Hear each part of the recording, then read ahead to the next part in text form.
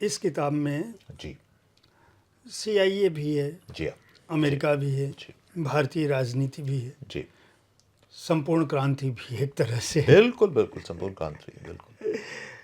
ये किताब झूठ, विश्वासघात, शक्ति और सत्ता की जो लड़ाई है, इसके जी साथ साथ जो अंतर्राष्ट्रीय साजिशें हैं, जी खुफिया एजेंसियों की जो जी भागदौड़ है, और प्लस एक राष्ट्र के रूप में भारत के निर्माण की, खड़ा होने की, भले ही उसके लिए आप कहिए कि व्यक्तिगत महत्वाकांक्षा किसी राजनेता की है, जी लेकिन अंततः किसी बड़ी वैज्ञानिक खोज से या वैज्ञानिक पहल से शक्तिशाली तो देश ही होता है। बिल्कुल बिल्कुल। तो मैं ये जानना चाहता हूँ कि ये जो भारत का परिदृश्य वर्तमान का है, जी और आपने बहुत सारे प्रधानमंत्रियों को देखा है, और एक प्रधानमंत्री के आधार पर आपने एक प्रिया कौल को जी जी रखा है। जी जो प्रिया कौल की ताकत है और जो प्रिया कौल की कमजोरी है, इस रूप में अगर वर्तमान समय को हम देखें कि किसी भी प्रधानमंत्री के सामने या सत्ता प्रमुख के सामने जी जो स्थितियां घटती हैं, जी उनमें क्या मानवीय बिहेवियर उनका काम करता है, या उनका पारिस्थितिक दबाव, जो सियासती दबाव है, वो ज़्यादा काम करता है? बहुत बहुत बढ़िया प्रश्न है आपका। तो इसको मैं इसका जवाब ऐसे दूंगा कि अगर हम जैसे प्रिया कौल की बात करते हैं, और प्रिया कौल कुछ हद तक, जैसे मैंने शुरू में भी कहा था, इंदिरा गांधी से प्रेरित है।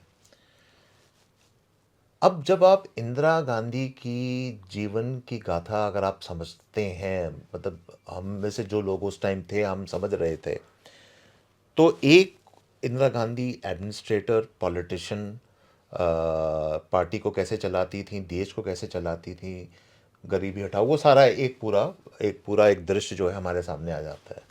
और दूसरा जो दृश्य है जिसको आप अनदेखा नहीं कर सकते, वो है उनका परिवार का। अब उसमें उनको कई बहुत अच्छी चीज़ें उनके लिए थी, और कई उनके लिए बहुत ही निराशाजनक चीज़ें भी हुई।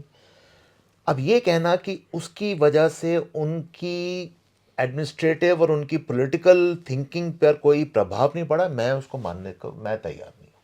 मैं ये कहता हूँ कि आप जब आपने एक बड़ा इंटरेस्टिंग चीज़ पूछी कि अगर आज वर्तमान से आप कंपेयर करें, तो वर्तमान में मैं बिना नाम लिए बोलूँगा, वर्तमान में परिवार का अभाव है। ये सबसे बड़ा फैक्टर है। जब जब परिवार नहीं है, तो एक मनुष्य वो किस तरीके से अपनी राजनीति कर रहा है, देश को चला रहा है, वो अलग होगा एज कंपेयर टू एक जो टॉप पे जो आदमी बैठा हुआ है, जिसका परिवार बहुत ही। और प्लीज आप एक और चीज मत भूलिए, राजीव गांधी, ये तो सब बाद में आए थे, संजय गांधी। आपने लिखा है उसमें। संजय गांधी का बहुत बड़ा रोल था, बहुत बड़ा रोल था।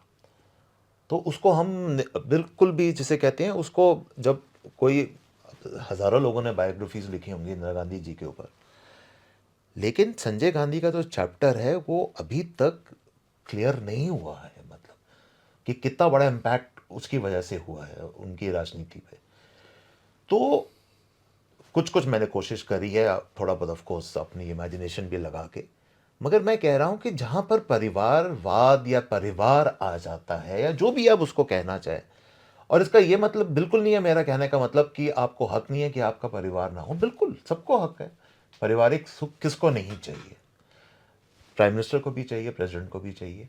मगर जहां पर वो आ जाता है, तो आपकी अप्रोच, आपकी थिंकिंग, और आपकी खासकर आपकी राजनीतिक जो आउटरीच है, उसमें एक थोड़ा उसमें फ़र्क आ जाता है। तो ये मैं चीज़ इसमें दिखा रहा हूँ कि जो डिसीशंस उस समय शायद लिए गए थे 74 में, उसके पीछे सिर्फ एक जियो स्ट्रेटेजिक डिसीजन नहीं था कि भारत को न्यूक्लियर पावर बनाना है, वो तो था ही, मतलब, मगर उसके पीछे कुछ इंटरनल कंपल्शंस भी रही होंगी इंदिरा गांधी जी की, ये मैं कह रहा हूँ।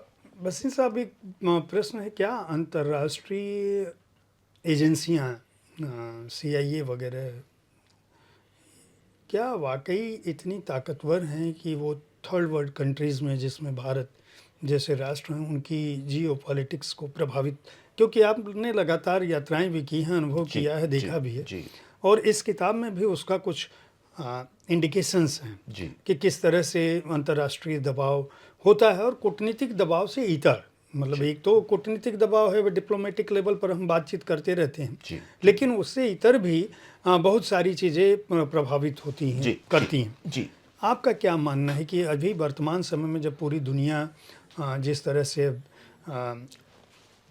विकेंद्रित हो गई है और केंद्रित भी हो गई है, विकेंद्रित इस लिहाज से हम कह सकते हैं क्योंकि पावर सोर्सेज, हम लोग जब जिस समय के बैकग्राउंड पर आपने किताब लिखी है, दुनिया दो ध्रुवों में बटी थी, सोवियत संघ भी एक बड़ी ताकत था, अमेरिका भी था। बिल्कुल इस समय कुछ समझ में नहीं आ रहा है लोगों को कि ताकतें कहाँ हैं। भारत भी ताकत है, चीन भी ताकत है, जापान भी ताकत है, अमेरिका भी है, रूस भी है, लेकिन अमेरिका की अपनी मोनोपोली चल रही है। अंतर्राष्ट्रीय स्तर पर, कूटनीति के स्तर पर सोवियत संघ की, रूस की वो स्थिति नहीं है, सोवियत संघ विकसित हो चुका है। जी चीन अपनी स्थितियों में है, मतलब एक टेरिटरी में तो लोग ताकतवर हो रहे हैं, जी लेकिन अंतर्राष्ट्रीय स्तर पर किसी भी राष्ट्र नेता का वह प्रभाव नहीं है। जिस समय की बात, जिस समय आपने ये किताब लिखी थी 70s को, उस समय की जो स्थितियां थी वहाँ कई ग्लोबल लीडर थे, उससे भी पहले चले जाएं तो और भी बड़े लीडर पूरी दुनिया में थे जिनकी जी पूरी जी बात सुनी जा रही। जी जी आज वर्तमान में क्या स्थिति आपको लगता है, और क्या मानते हैं कि नहीं ये एजेंसियां जो हैं वो बिल्कुल प्रभावित कर रही हैं? आपने पांडे जी नब्ज पकड़ ली है किताब की, और मैं बताता हूँ क्यों। और आप ये देखिए, अब मैं आपको कंपैरिजन दूँ इसका देता हूँ। इस समय बिल्कुल हाल ही में जून के बाद जब से ऑपरेशन सिंदूर हुआ और अभी तक की मैं बात कर रहा हूँ, तो 3 एजेंसीज का नाम आई जा रहा है। एक तो हमारी एजेंसीज हैं, एक CIA का है और एक ISI का है। और 70 में भी वही चीज़ हो रही थी।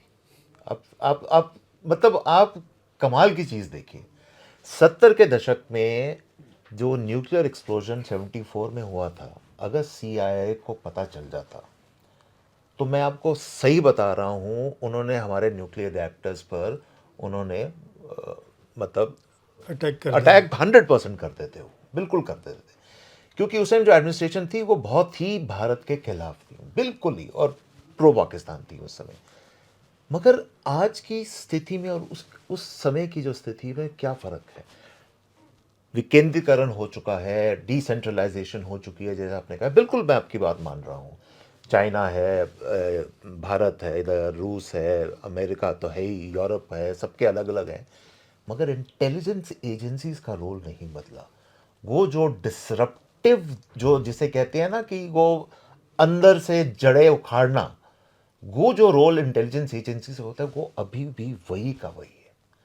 और अगर कोई ये सोच रहा है कि, और नाम लेने का क्या फ़ायदा है, अब चलो CIA कह लो, ISI कह लो, जो भी कह लो, और भी हर आजकल तो हर कंट्री की होती हैं इंटेलिजेंस एजेंसीज, उनका रोल ही यही है, वो अभी भी चल रहा है, और काफ़ी घातक रोल है, और रिक्रूटमेंट करते हैं ये लोग।